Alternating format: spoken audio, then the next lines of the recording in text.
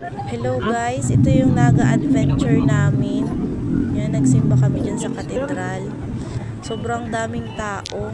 Hindi na kami sumama sa prosesyon ni Papa Rodel at meron kaming dalawang bat. Yung mga kasama lang namin ang sumama dyan sa prosesyon. At pagkatapos dyan, yan, biyahe na kami yan papuntang Legazpi. Stop over muna, pahinga ang mga driver. Legazpi ang target place na pag-i-stayan namin. Total, di pa man kami doon nakakapunta. Nakarating kami dyan sa Sawangan Park, Legazpi City. Nagtingin kami dyan kung pwede kaming matulog dyan. Pero hanggang 11 PM lang pala bukas. Kaya yan, pahinga muna dyan. Isip kung saan ang sunod na destination.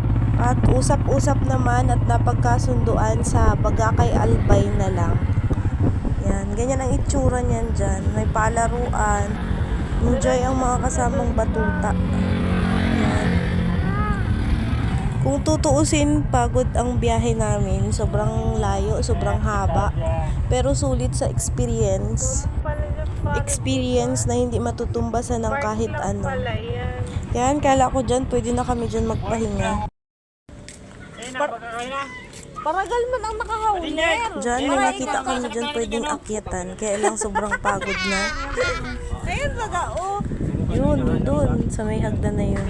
Hiking Siguro yan, maganda din hiking. dyan. Pinasulit muna namin ang mga bata na maglaro dyan.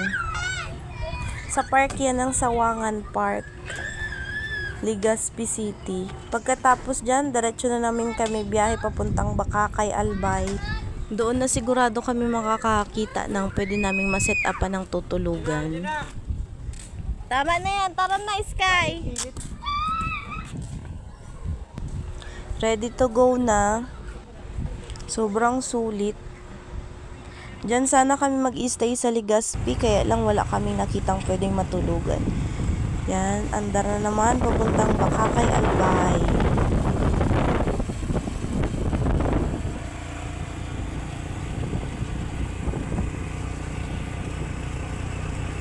At sa wakas, nakarating na din kami sa Bagakay Albay. Yan na, naghahanap pa kami dyan ng pwedeng matuluyan.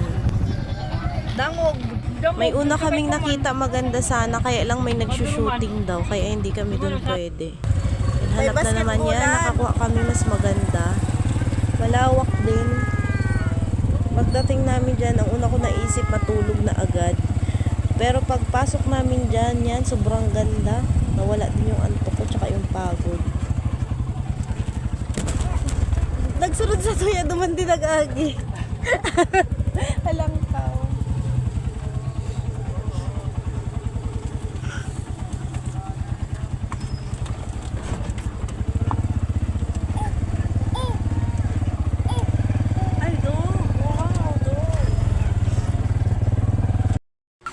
Oh, 'di ba? Enjoy ang mga bata. Yan, mga ilang minuto lang pagpahinga yan, nagparaligo na agad. Yan si Star. Ligo-ligo sa dagat. Si Kuya Sky ayun. Ha? Yan. Yan, laro-laro sila. Kulay black yung kulay black yung baybay, pero malinaw ang tubig.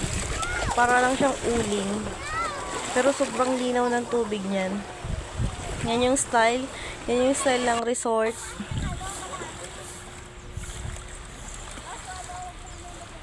Para talaga siyang madumi. Pero hindi, malinaw yan. Black lang talaga yung baybay. Hindi na kami naka-video-video nung gabi at sobrang lobat na yung cellphone. Yan, turulugan time.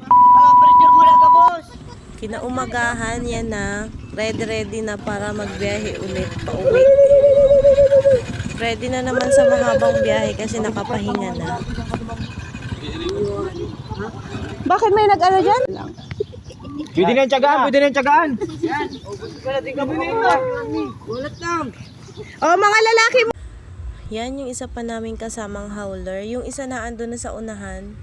Nauna na. Yan.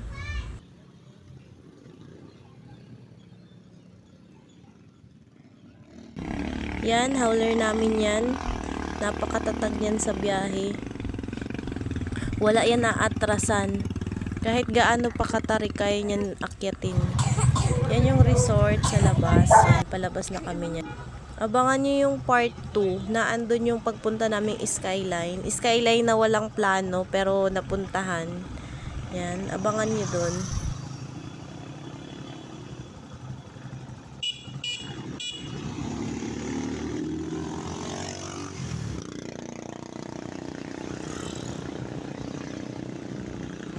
Thank you for watching, guys.